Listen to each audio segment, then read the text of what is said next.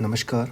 आज हम macro economic में पढ़ी जाने वाली डिफरेंट स्ट्रीम्स के बारे में पढ़ेंगे कि समय समय पर कौन सी विचारधाराएं पाई गई और उनका क्या क्या बेस था और कौन कौन से इकोनॉमिस्ट हैं वो उनमें माने जाते हैं, फेमस इकोनॉमिस्ट जो है। ठीक है, तो सबसे पहले जो स्ट्रीम आती है इकोनॉमिक्स में, मैक्रो इकोनॉमिक्स में, वो आती है वणिकवाद की।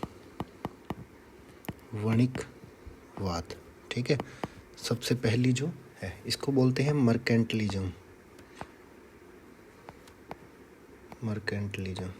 ठीक है, तो इसमें क्या है कि जैसे बेसिकली सारे जो व्यापारी है ना, क्योंकि उस टाइम ज़्यादातर इकोनॉमिस्ट डिफ्रेंशिएट नहीं किए गए थे कि ये सारे इकोनॉमिस्ट हैं, लेकिन ये सारे व्यापारी और सरकारी कर्मचारी है ना, सरकारी कर्मचारी और राजनीतिज्ञ जो थे है ना, उन सब की जो कुछ विचारधाराएं थी, कुछ उनकी सोच थी, उनको थोड़ा बहुत कंपाइल करके वणिकवाद बोला गया है ना, मर्केंटलिज्म बोला गया। तो ये जो कहाँ पाई गई, ये बेसिकली यूरोप के विभिन्न देशों में ये विचारधारा पनपी। ठीक है, तो कब से कब इसका टाइम पीरियड माना जाता है? इसका माना जाता है 16वीं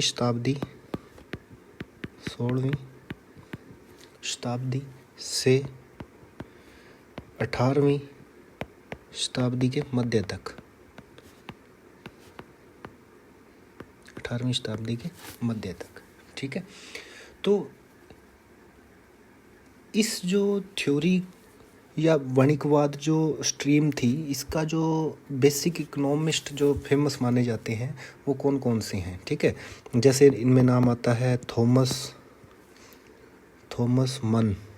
ठीक है, थॉमस मन का नाम आता है, कोलबर्ट का नाम आता है, जेबी कोलबर्ट। ठीक है, और उसके बाद आता है विलियम पैटी का नाम आता है, विलियम पैटी। ठीक है, और इसी तरीके से एक रिचर्ड कैंटिलोन है,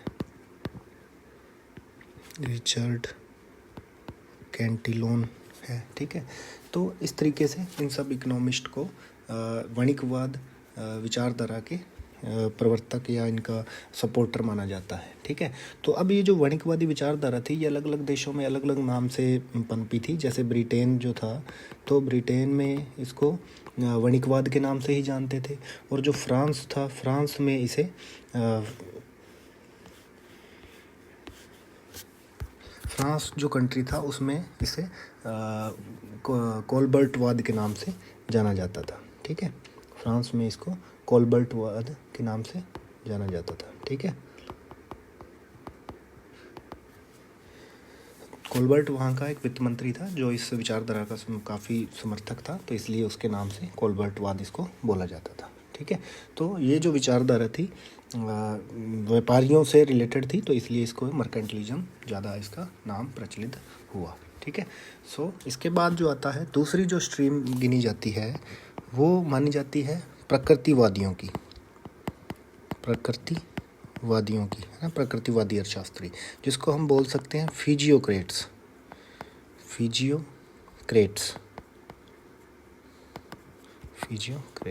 ठीक है, अब ये जो फिजियोक्रेट्स हुए थे, ये जो इनका उद्भव हुआ वो कब हुआ और कहाँ हुआ, है ना, तो ये माना जाता है फ्रांस में।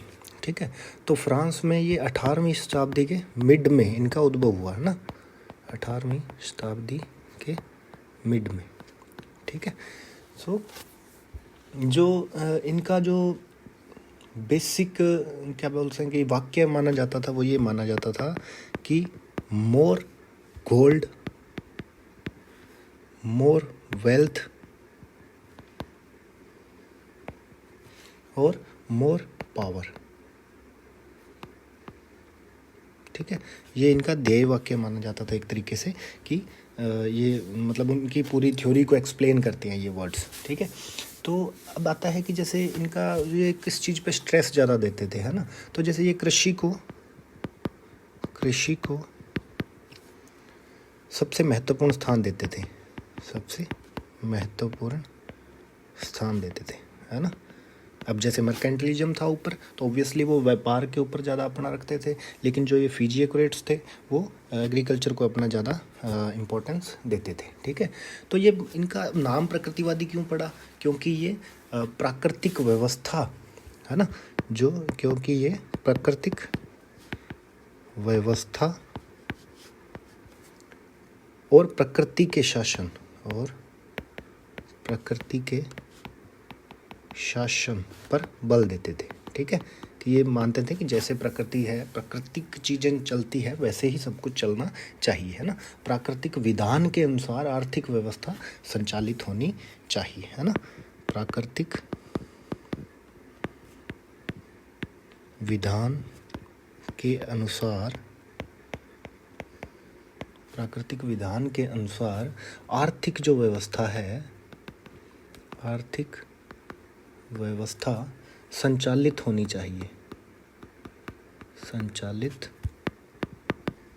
होनी चाहिए। ठीक है, काफ़ी इसका ये इम्पोर्टेंस हमें पता चल रही है इस चीज़ से कि जो प्राकृतिक विधान है ना, उसके अकॉर्डिंग आर्थिक व्यवस्था जो है, वो आर्थिक क्रियाएं हैं वो चलनी चाहिए। ठीक है, कोई इसमें इंटरफेयर नहीं होना चाहिए। ठीक है, और इसमें जो इनका इकोनॉमिस्ट जो इसमें माने जाते हैं फेमस, वो माने जाते हैं फ्रांसिस क्विजने, है ना, क्विने भी बोल देते हैं।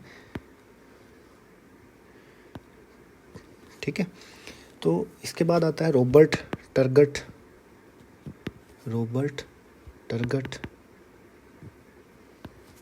और उसके बाद आता है नेमर, है ना।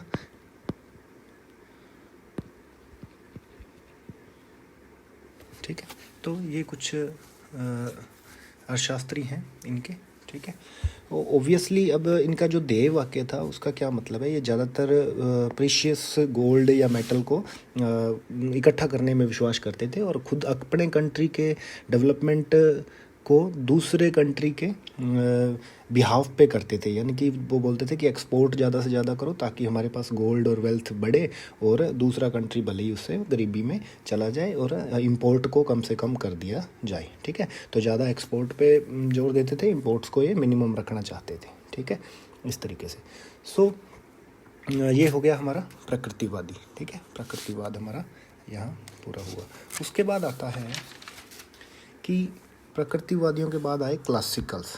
ठीक है, 3 नंबर पे आता है कौन सी स्ट्रीम आई, क्लासिकल इकोनॉमिस्टों की, है ना, क्लासिकल अर्थशास्त्रियों की। ठीक है, तो अब ये जो क्लासिकल अर्थशास्त्री था, तो इसमें किन किन को यानी गिना जाता है, इसमें आते हैं जैसे एडम स्मिथ, एडम स्मिथ। ठीक है, एडम स्मिथ ने अपनी एक बुक लिखी थी, दी wealth of nation, the wealth of nation. कब लिखी थी? 1776 में। ठीक है, इसके थ्रू अपना जो क्लासिकल इकोनॉमिक्स की शुरुआत मानी जाती है, इवन इकोनॉमिक्स की ही शुरुआत यहाँ से ऑब्वियसली मानी जाती है। और उसके बाद आता है कि डेविड रिकार्डो, है ना, डेविड रिकार्डो, है ना, रेंट थ्योरी काफ़ी फेमस है, इनके द्वारा दी गई थी। और डेविड रिकार्डो की एक बुक है काफ़ी फेमस है, principles of political economy, principles of political economy. ठीक है, कब लिखी गई है? 1817 में लिखी गई।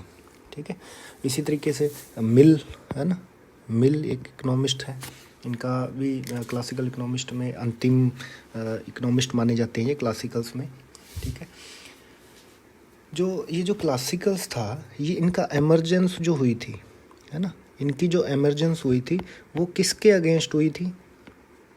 इन्होंने मर्केंटलिज्म जो था ना, मर्केंटलिस्ट, है ना, उनके अगेंस्ट इन्होंने अपनी थ्योरी दी थी, है ना। भी उनके बारे में, उनकी थ्योरी में इन्होंने कुछ कमियां निकाली और अपना कुछ नया थ्योरी इन्होंने एडम स्मिथ और इन सब ने मिल के दी, है ना। तो इसके बाद आता है कि जैसे एक और इकोनॉमिस्ट जैसे जेबी से, है ना, से का नियम बहुत फेमस है, जेबी से, सेज लॉ, है ना, जिसको बोलते हैं, वो भी क्लासिकल इकोनॉमिस्ट में ही गिना जाता है।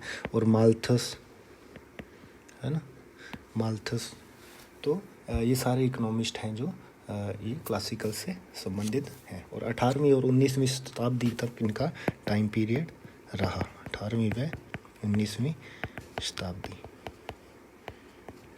ठीक है, इस तरीके से। फिर उसके बाद आता है कि ये तो हो गए क्लासिकल्स। ठीक है, अब इनकी जो मतलब इनके कुछ बेसिक अजम्पशंस और वो थ्योरीज थी कि जैसे ये फुल एम्प्लॉयमेंट में विश्वास करते थे। ठीक है, फुल एम्प्लॉयमेंट में बिलीव रखते थे। इनका मानना था कि कभी भी ओवर प्रोडक्शन नहीं होता, कभी भी ओवर प्रोडक्शन नहीं होता। और इनका ये भी मानना था कि इकोनॉमी जो है वो हमेशा किस में रहती है, इक्विलिब्रियम में रहती है। ठीक है, हमेशा इकोनॉमी जो है वो इक्विलिब्रियम में रहती है। ठीक है, सो इस तरीके से तो ये कुछ बेसिक अजम्पशंस थी जिनको बाद में मान लो कीन्स ने जाके इनको काउंटर किया था, जिसकी थ्योरी को, है ना। इसके साथ ही एक बीच में एक और स्ट्रीम आती है, 3 नंबर हो गई, अपने 4 नंबर एक और स्ट्रीम इसमें गिनी जाती है कि एक होता है नियो क्लासिकल्स, है ना। क्लासिकल्स के बाद कौन आए, नियो क्लासिकल्स। ठीक है, इसके अंतर्गत रखा जाता है 2 अर्थशास्त्रियों को, एल्फ्रेड मार्शल, बेसिकली 2 को, एल्फ्रेड मार्शल और पिगू, है ना, AC पिगू को। ठीक है, इन दोनों की ही 2 एक काफ़ी फेमस बुक हैं जिनका भी साथ साथ में अपने याद कर लेते हैं, जैसे कि प्रिंसिपल्स ऑफ इकोनॉमिक्स।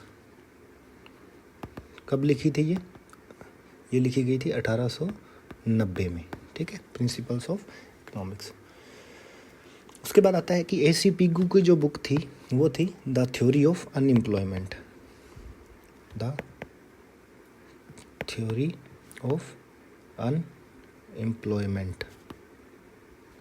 ठीक है, ये कब लिखी गई थी, ये 1933 में लिखी गई थी। ठीक है, तो ये जो नियो क्लासिकल थी, ये क्लासिकल्स के साथ ही अटैच एक थ्योरी थी, बट उसके जस्ट बाद माना जा सकता है इसको। और उसके बाद आता है कि जैसे कीन्स, है ना, ये जो होगी नियो क्लासिकल, और उसके बाद आएगा कीन्स, है ना। और जो कीन्स के जो फॉलोअर थे केनेजियनिज्म, है ना, वो क्या कहलाए, केनेजियनिज्म। ठीक है, तो कीन्स का जो मेन मुद्दा ये था कि उसने क्लासिकल जो थ्योरी थी, जो कि बेसिकली माइक्रो बेस जो क्वेश्चन थे ना, माइक्रो इकोनॉमिक जो क्वेश्चंस थे, है ना, उनके ऊपर डोमिनेटेड थी क्लासिकल जो थ्योरी थी। लेकिन जो कीन्स ने बोला कि ये माइक्रो इकोनॉमिक के जो क्वेश्चंस की बजाय मैक्रो इकोनॉमिक क्वेश्चंस के ऊपर ज़्यादा हमें दबाव देना चाहिए, जैसे कि रोजगार की समस्या होगी, आय की समस्या, राष्ट्रीय आय हो गई, है ना, डिमांड की एग्रीगेट डिमांड, एग्रीगेट सप्लाई, है ना। तो इन सब चीज़ों के ऊपर ज़्यादा अपने को फोकस करना चाहिए। ठीक है, सो जैसे इसका जो ओरिजिन कब हुआ, जैसे कि 1920s में क्या हुआ कि यूके में कुछ रिसेशन टाइप फैलने लगा, कि जैसे मान लो एग्रीगेट डिमांड वहाँ कम होने लगी काफ़ी ज़्यादा। सो उसका जो रीजन कीन्स ने ढूंढा बाद में, उसने बोला कि ये किस चीज़ का रिजल्ट था, है ना, यूके और इवन US में, है ना, दोनों में ही, है ना। तो क्या रीजन उसने बताया कि deficiency in aggregate demand, deficiency in aggregate demand. ठीक है, और इसके साथ ही उसने एग्रीगेट डिमांड के अंदर भी बोला इसने कि उसमें भी इनएडिक्वेट इन्वेस्टमेंट पाया जाता है ना, इनएडिक्वेट इन्वेस्टमेंट। ठीक है, जैसे कि उसने एक अपनी इक्वेशन दी थी कि aggregate demand is equal to C + I + G + X - M, है ना। तो उसमें इसने बोला कि एक तो इसने गवर्नमेंट के रोल को स्पेसिफाई किया कि गवर्नमेंट का जो रोल है, जो क्लासिकल्स ने बोला था कि ये सिर्फ सिक्योरिटी पर्पज, है ना, या फिर कोई बेसिक नेसेसिटीज़ हैं उसके लिए ही इसकी ज़रूरत है, अदरवाइज गवर्नमेंट की कोई भी उसका एक्टिव रोल नहीं है इकोनॉमी में। ठीक है, वो जो एक्टिव रोल है वो क्लासिकल्स ने नहीं माना था, लेकिन कीन्स ने बोला कि ये जो जी है ये इकोनॉमी में काफ़ी हेल्प करता है एग्रीगेट डिमांड और इन्वेस्टमेंट दोनों के तरीके से, ठीक है। तो 1929 की जो महामंदी थी उसमें उसने बोला था कि एग्रीगेट डिमांड है वो काफ़ी कम है और स्पेसिफिकली जो इन्वेस्टमेंट है वो बहुत कम है, ठीक है।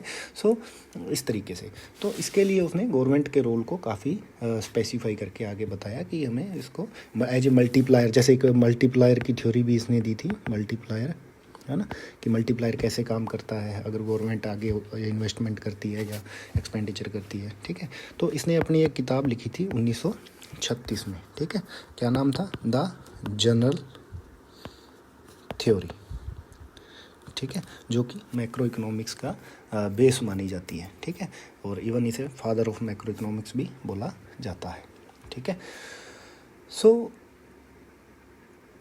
उसके बाद आता है कि जैसे मर्केंटलिज्म था शुरू में, मर्केंटलिज्म को क्लासिकल्स ने काउंटर किया कि ऐसा नहीं होता, आपकी थ्योरीज हैं उसमें कुछ फ्लॉज हैं। उसी तरीके से जैसे क्लासिकल्स की थ्योरी को आगे जाके कीन्स ने कुछ एक उसमें फ्लॉज बताए कि ये सब इसमें कमियां हैं, इन सब को जैसे गवर्नमेंट के रोल को उन्होंने महत्वपूर्ण नहीं माना था, लेकिन कीन्स ने बोला कि गवर्नमेंट का रोल काफ़ी, जो फिस्कल पॉलिसी है ना, फिस्कल पॉलिसी है वो काफ़ी अहम रोल अदा करती है, उस फिस्कल पॉलिसी को, राजकोषीय नीति को अपनाया जाना चाहिए, ठीक है। सो अब कीन्स की जो थ्योरी थी वो आगे जाके काउंटर की गई किसके द्वारा? मिल्टन फ्रीडमैन के द्वारा। और उसकी जो थ्योरीज थी वो क्या किसके अंतर्गत रखी जाती थी? 6 नंबर पे कि मोनेटरिज्म है ना, जिसको कि हम बोल सकते हैं मुद्रावाद, है ना, मुद्रावाद, ठीक है। इसको मोनेटरिस्ट काउंटर रेवोल्यूशन भी बोलते हैं, ठीक है। इंग्लिश की एक टर्म है मोनेटरिस्ट काउंटर रेवोल्यूशन, ठीक है। तो ये किसको बोलते थे? यानी कि ये मतलब मनी सप्लाई जो है ना उसको रेगुलेट करने पे ज़्यादा फोकस करते थे, है ना, कि जो मनी की सप्लाई है उसको ज़्यादा अच्छे तरीके से रेगुलेट किया जाना चाहिए, ठीक है। उसके बाद आता है कि जो मनी सप्लाई है ना, मनी सप्लाई और मॉनेटरी पॉलिसी, ठीक है, इन दोनों को काफ़ी ज़्यादा इम्पोर्टेंस दी इन्होंने, ठीक है, कि जो मनी सप्लाई इकोनॉमी में है वो बहुत ज़्यादा इम्पोर्टेंट है, उसको अच्छे तरीके से रेगुलेट किया जाना चाहिए ताकि इकोनॉमी में क्या लाई जा सके? स्टेबिलिटी लाई जा सके, ठीक है। और मॉनेटरी पॉलिसी, है ना। सो इस तरीके से फिर आता है कि जो इन्होंने एक रूल भी दिया था, ठीक है, इन्होंने एक रूल दिया था जिसको बोलते हैं rule constant money growth rate rule, है ना, constant money growth rate rule, ठीक है, constant money growth rate rule, ठीक है।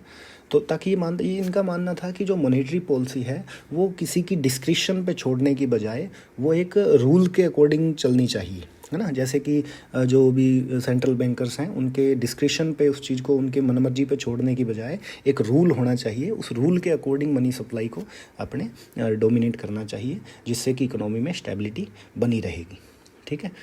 वो एक उसकी कोटेशन है काफ़ी फेमस है कि जो मॉनेटरी पॉलिसी होती है, मॉनेटरी पॉलिसी, है ना, फ्रीडमैन की है कि जो मॉनेटरी पॉलिसी है इज टू इम्पोर्टेंट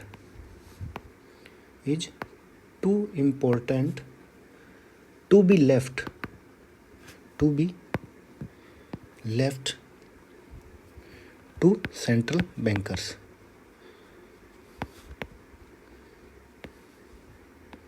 ठीक है। तो ये कीन्स का मानना था कि वो इतनी ज़्यादा इम्पोर्टेंट है मॉनेटरी पॉलिसी कि उसको सिर्फ सेंट्रल बैंकर्स के डिस्क्रिप्शन पे हमें अपने को नहीं छोड़ना चाहिए, उसके लिए हमें कोई एक स्पेसिफिक रूल अपनाना चाहिए, ठीक है। इसके साथ ही हमने जैसे एक पढ़ा था कि उन्होंने एक और थ्योरी दी थी natural rate of unemployment, unemployment. ठीक है, इसी के साथ ही इन्होंने हमने पढ़ देखा था कि परमानेंट इनकम हाइपोथेसिस भी इन्होंने दी थी, है ना, परमानेंट इनकम हाइपोथेसिस। ठीक है, और इन्हें नोबेल प्राइज भी मिला हुआ था। ठीक है, किसको? मिल्टन फ्रीडमैन को, है ना, मिल्टन फ्रीडमैन। ठीक है, मुद्रावाद के प्रवर्तक कह सकते हैं। फिर आता है कि जो इसने कीन्स को काउंटर किया। कीन्स जो फिस्कल पॉलिसी को ज़्यादा इफ़ेक्टिव मानते थे, उसकी बजाय मोनेटरिज्म ने अपनी मोनेटरी पॉलिसी और मनी सप्लाई को ज़्यादा अच्छे से रेगुलेट करने और उसके ऊपर उसको इफ़ेक्टिव बताने पे अपना दबाव दिया। फिर उसके बाद आता है कि एक जो थ्योरी है 7 नंबर पे, वो आएगी स्ट्रीम, नेक्स्ट स्ट्रीम है न्यू क्लासिकल।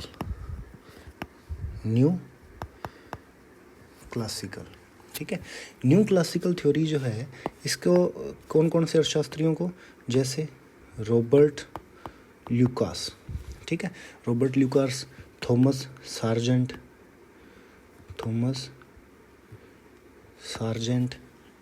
ठीक है, तो ये कुछ अर्थशास्त्री हैं जिनको इसके अंतर्गत रखा जाता है। ठीक है, तो जो न्यू क्लासिकल थ्योरी थी, इसमें क्या है कि ये नॉन इंटरवेंशनिस्ट पॉलिसी कंक्लूजन पे पहुंचे, है ना। क्या मतलब हुआ इसका? Non interventionist. ठीक है, यानी कि भी इंटरवेंशन नहीं करना चाहिए इकोनॉमी में, ना तो मान लो मॉनेटरी पॉलिसी और ना इवन अपने फिस्कल पॉलिसी के थ्रू इंटरवेंशन इकोनॉमी में नहीं होना चाहिए पॉलिसी। ठीक है, नॉन इंटरवेंशन पॉलिसी पे ये काम करते थे। ठीक है, और जो इसका ओरिजिन था, और ये कहाँ से ओरिजिन हुई थी? ये ओरिजिन हुई थी ऑब्वियसली, जैसा कि नाम से ही हमें पता चल रहा है कि ये क्लासिकल्स में से, और इवन उन्होंने अपना कुछ जो है वो मोनेटरिज्म से भी काफ़ी चीज़ें अडॉप्ट करी थी, है ना। तो मोनेटरिज्म और क्लासिकल जो थ्योरी थी, उसके बेस पे ये न्यू क्लासिकल थ्योरी बनी थी। ठीक है, और उसके बाद आता है कि एक छोटी सी बीच में स्ट्रीम और है, वो कहती है सप्लाई साइड इकोनॉमिक्स, है ना, पूर्ति पक्ष अर्थशास्त्र।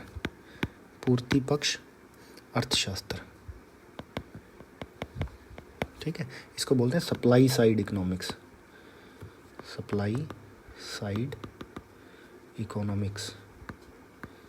ठीक है, इसमें कब ये आई थी? 1970s, है ना, 1970 के दशक में ये हुई थी। ठीक है, इसी को ही, जैसे कि जब तेल का संकट आया था ना पूरे वर्ल्ड में, है ना, तेल संकट के समय, है ना, ये थ्योरी काफ़ी फेमस हुई थी, है ना, तेल संकट के समय। और जैसे इसमें इसी को ही एक और नाम दिया जाता है रीगनोमिक्स, है ना, रीगनोमिक्स। और इसमें जो काफ़ी जो फेमस इकोनॉमिस्ट जिनकी थ्योरीज को इसमें इंक्लूड किया जाता है, उसमें आता है कि A.B. लेफर, है ना, जिन्होंने लेफर कर्व दिया था, है ना, लेफर वक्र दिया था जिन्होंने, है ना।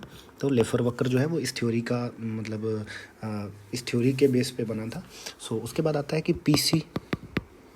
रॉबर्ट्स, है ना, P.C. रॉबर्ट्स। और उसके बाद आता है कि J. सेमोर। ठीक है, फिर आता है कि J. टैटम। ठीक है, तो ये सब इकोनॉमिस्ट पूर्ति पक्ष अर्थशास्त्र या सप्लाई साइड इकोनॉमिक्स में गिने जाते हैं। फिर उसके बाद जो स्ट्रीम आती है, वो आती है रियल बिजनेस साइकिल थ्योरी की। Real business cycle theory. ठीक है, रियल बिजनेस साइकिल थ्योरी ये कब आई? 1980s में। ठीक है, तो इसमें जो मेन इकोनॉमिस्ट हैं वो किनको माना जाता है? फिन ई किडलैंड। ठीक है, फिर जो दूसरे थे वो थे एडवर्ड सी प्रेस्कॉट। ठीक है, इन दो अर्थशास्त्रियों का इनमें इंक्लूड किया जाता है। और इसके बाद आता है कि ये जो थ्योरी थी ना रियल बिजनेस साइकिल, ये टोटली लगभग क्लासिकल ट्रेडिशनल जो थ्योरी थी ना उसके ऊपर बेस्ड थी, है ना। तो इसलिए इसको बोला जाता था सेकंड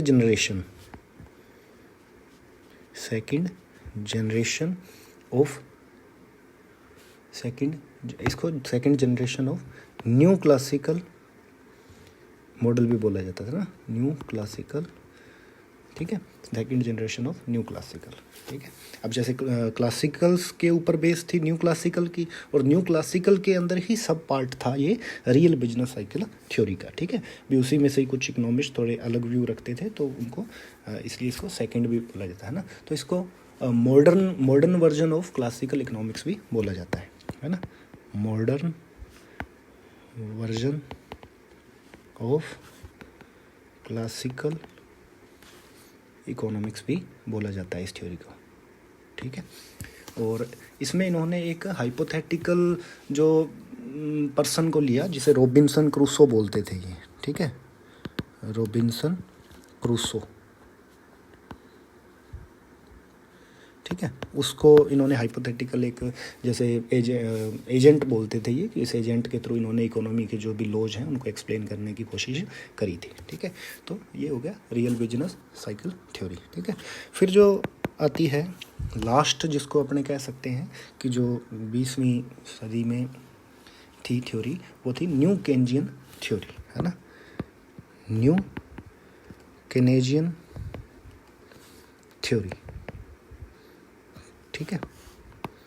न्यू केनेजियन जो थ्योरी थी ये केनेजियन ट्रेडिशन पे ऊपर डिपेंडेंट थी, है ना, जो केन्स की थ्योरी थी, यानी कि जैसे क्लासिकल्स को न्यू क्लासिकल और नियो क्लासिकल्स ने आगे बढ़ाया था, तो उसी तरीके से कीन्स को न्यू केन्जियन यानी उसकी थ्योरीज को सपोर्ट करने के लिए, है ना, जो बाकियों ने उसको काउंटर किया था उसको थोड़ा अच्छे से डेवलप करने के लिए, है ना, तो न्यू केन्जियन थ्योरी आगे आई थी। तो इसमें किन किन अर्थशास्त्री को रखा जाता है, मैनकीव, है ना, तो मैनकीव ने इस थ्योरी को सपोर्ट करी, डेविड रोमर और टोबिन, जेम्स टोबिन और स्टिग्लिट्ज और रॉबर्ट हॉल, ठीक है। तो ये सारे इकोनॉमिस्ट हैं इसमें शामिल हैं, ठीक है। इसमें जैसे किन किन थ्योरीज को पढ़ा जाता है जो काफ़ी फेमस थ्योरीज हैं न्यू केन्जियन में, वो है स्टिकी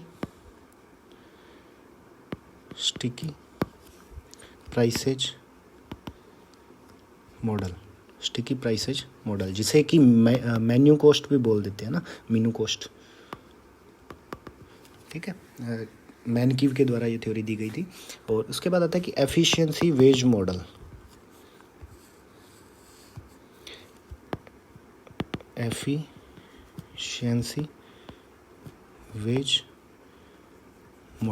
ठीक है। फिर जो एक और थ्योरी इसमें गिनी जाती है वो है इनसाइडर आउटसाइडर मॉडल, ठीक है। सो इस तरीके से ये हमारी मैक्रो इकोनॉमिक्स की अलग अलग स्ट्रीम्स थी, जो कि समय समय पर अपनी थ्योरीज को मतलब देखो, हर कोई भी नई थ्योरी डेवलप होने का दो रीज़न हो सकते हैं, कि एक तो किसी पुरानी थ्योरी में कुछ फ्लॉज रहे होंगे, कुछ कमियां रही होंगी, और जो नई थ्योरी है उसकी कुछ विशेषताएं होगी, कुछ इंपॉर्टेंस होगी जो कि पुरानी थ्योरी जिसको कवर नहीं कर पाई, ठीक है। सो हर थ्योरी अपने आप को बेस्ट बताते हुए, अपनी थ्योरी को इकोनॉमिक एक्टिविटीज़ को एक्सप्लेन करने वाला बताते हुए आगे बढ़ी। बट इन फ्यूचर और थ्योरीज डेवलप हुई जिन्होंने पिछली थ्योरीज को क्रिटिसाइज किया, ठीक है। सो इस तरीके से हमने इनको पढ़ा। काफ़ी देखते हैं हम कि जैसे नेट सेट और कॉलेज लेक्चरर के एग्ज़ाम्स में ये काफ़ी इनके बारे में क्वेश्चंस आते हैं, और एक बेसिक अपने को आइडिया भी होना चाहिए एक as a macro economic student कि कौन कौन सी different theories time to time रही और कौन कौन से इकोनॉमिस्ट उनसे रिलेटेड हैं। So thank you.